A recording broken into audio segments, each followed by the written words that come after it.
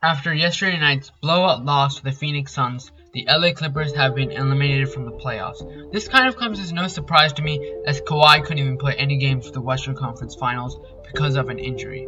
This is going to be a very, very important offseason for the Clippers because Kawhi has a player option which he is literally going to decline, and he's even said it in interviews. And when Kawhi speaks, something's big gonna happen. So yeah, he's gonna decline the player option, and this is just an extremely important offseason because they have some other good role players who are coming off the books when it comes to the contracts, and they're gonna have to decide: do they want to keep the core of Paul George and Kawhi together? Are they gonna make a trade? Are they gonna trade Paul George? Is Kawhi gonna leave? There's so many things we need to talk about for this Clippers team and how they're going to go on from here and what's next for the Clippers. We're going to be talking about all of that in today's video. I was just looking at some YouTube analytics and I found out that 97% of the people who are watching the videos are not subscribed. You know how much 97% is? That's almost all my viewers don't subscribe. So just please help me out and click that subscribe button. It'll just help me out a lot. And we're gonna go get 500 subs. Let's go get 500 subs. That's our next goal. But yeah, let's get to the video. What's next for the Clippers?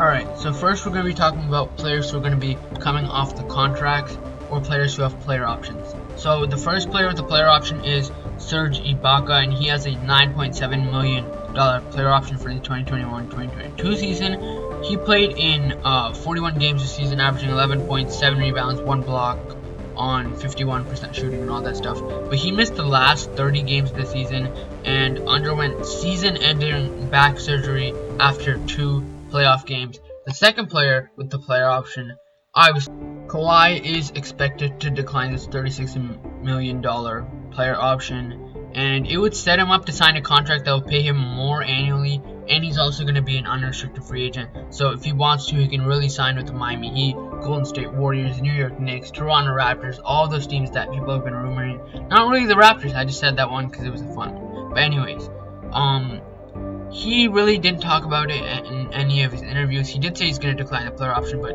he said we'll talk about it when the time is right. So Kawhi, we really don't know if he's going to stay or if he's going to leave the Clippers. That's what's literally going to shape the rest of their future for the next couple years as a franchise. And let's talk about players who don't have player options but are coming off the contracts. So these unrestricted free agents are Patrick Patterson, Nick Batum, Reggie Jackson, and DeMarcus Cousins. Boogie plays some minutes in the blowout losses or at the end of games, not much. Same thing with Patrick Patterson. Nick Batum and Reggie Jackson are the two biggest ones here. Nick Batum plays some solid defense. He can shoot. He's pretty good off the bench and sometimes starting for this team. And Reggie Jackson was really good this postseason, especially when Kawhi was out.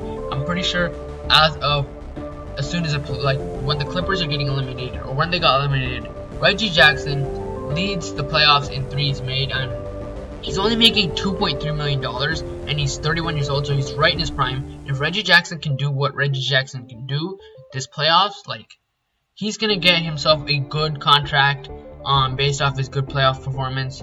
And after that, Amir Coffey is the only restricted free agent. So the biggest names here are Reggie Jackson and Nick Batum. And so I'm pretty sure Reggie Jackson's not going to stay because of his great playoff performance. I think teams are going to be willing to offer a lot more money for his services as a backup point guard for a team, or there's no way he's going to be starting on a team. A backup point guard who can shoot, and he's going to be valued very highly as a backup point guard. So I don't think he's going to be staying. DeMarcus Cousins, I don't know, man. Boogie just fell off. And then Patrick Patterson, good guy to have just there on your bench. He won't be playing too much. Nick Batum, good defender, good shooter. We'll see who wants to sign him, especially after a pretty successful season with the Clippers. Those are the free agents, but I want to talk about Kawhi. Kawhi is the main guy on this team, and he had a really good season, and him and Paul George helped them come back from that 2-0 deficit against the Mavericks. They went into the second round, and then in the second round, they ended up beating the Utah Jazz, even though Kawhi ended up getting injured in Game 4, and he won't be able to play for Game 5 and Game 6. That was just extremely bad news for the Clippers. They felt like the Clippers were finally getting their break, and if the Clippers matched up against the Suns with a healthy Kawhi Leonard, I think the series would have gone 7. I'm not saying either team who would have won or anything, but that would have just been an extremely entertaining series. And if they had Kawhi healthy the whole postseason, this Clippers team could have had a shot to win the NBA title. Like I said, it would have been a 7-game series, or if it would have been a 6-game series, and that would be for the Clippers. So I think the Clippers have a lot of veteran leadership, and they would have literally had a chance at winning a title. But the past is the past, and we must focus on the future. They have the 25th pick in the draft, so we'll see who they draft there at the end of the first round. That was just a thing I wanted to say. But Kawhi, you can leave to Miami or Golden State. Those seem like the top 2 rumored locations. Obviously, he wants to win another championship, and they need to just get a bit more role players or a bit more like supporting cast for Kawhi in LA if he decides to choose to stay here. He is from LA, so that's going to be a big part of if he's going to stay or not. Or he's going to go to Miami or Oakland/San Francisco, which is still in California, but it's not LA. So we'll see if Kawhi stays. And another option is the Lakers, though that's highly unlikely because LeBron and AD are there with big contracts, and after that the Lakers literally won't be able to do too much, especially the type of contract that Kawhi is requesting. And Kawhi passed up on the Lakers deal once. I don't see him trying to go there a second time. But there is the option that he does sign back with the Clippers. I'm not saying he's guaranteed to leave. It's just a possibility. So if he does indeed sign back with the Clippers, they're going to be the same team they always were. They just need to get him a better supporting cast. Obviously, Reggie Jackson, great postseason. Like I said, he's most likely going to leave, especially after the great postseason and the money he's going to be able to make in the market for the free agency. So they need to get a better backup point guard or good backup point guard. Terrence Mann showed out really in the playoffs, so if they can play Terrence Mann more minutes, and he's doing good, like next year, the Clippers can have Terrence Mann way more in the rotation, maybe starting, maybe off the bench, depends on how free agency goes.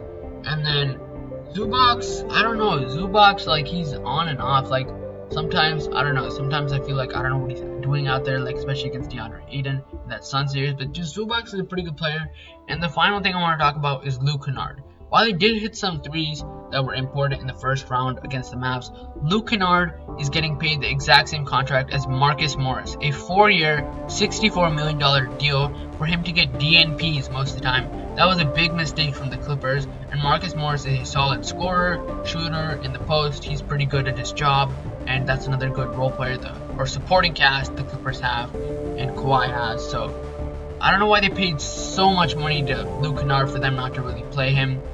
And I think Tyronn Lue's better fit to coach this team than Doc Rivers, so I see them holding on to Tyronn Lue this offseason. And, well, yeah, the Clippers have a uncertain future, to say the least. But it really depends on if Kawhi decides to leave or not. There have been a lot of rumors on Miami or Golden State because those are 2 good places where he can win a championship and be a part of a contending team. Like Miami is 1 star away. They could have made a bunch of trades like for James Harden or Bradley Beal, but that's besides the point because they didn't want to trade Tyler Hero. Wow. But anyways, they could still get Kawhi Leonard, and Miami would be a force if you had Kawhi, Jimmy, and Bam, who's just developing. If you saw Bam like practicing in the gym, that was really good. Like he has some really good ball handles.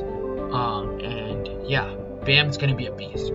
But the Clippers, another option is trading Kawhi. I'm not trading Kawhi. Trading Paul George.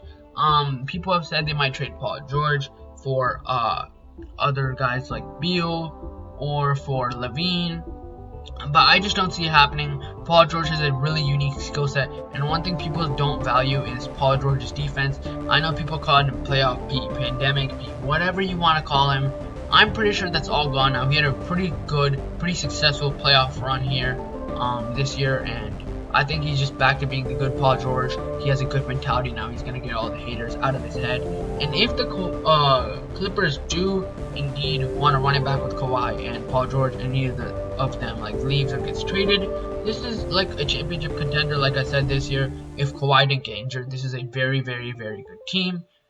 And that's it for this video, guys. Make sure you guys subscribe. Like I said, our next goal is 500 subscribers, and I can't get there if you guys don't subscribe. 97% of you guys are not subscribed, like I said earlier in this video. So if we make that 90, just 90% of you guys are not subscribed, that's much better, and we can slowly go down and down and down, and where it's a pretty healthy rate. But yeah, go follow all our socials, and we have something cool coming up, something new coming up here, and I'm going to tell you guys about that later because it's a surprise.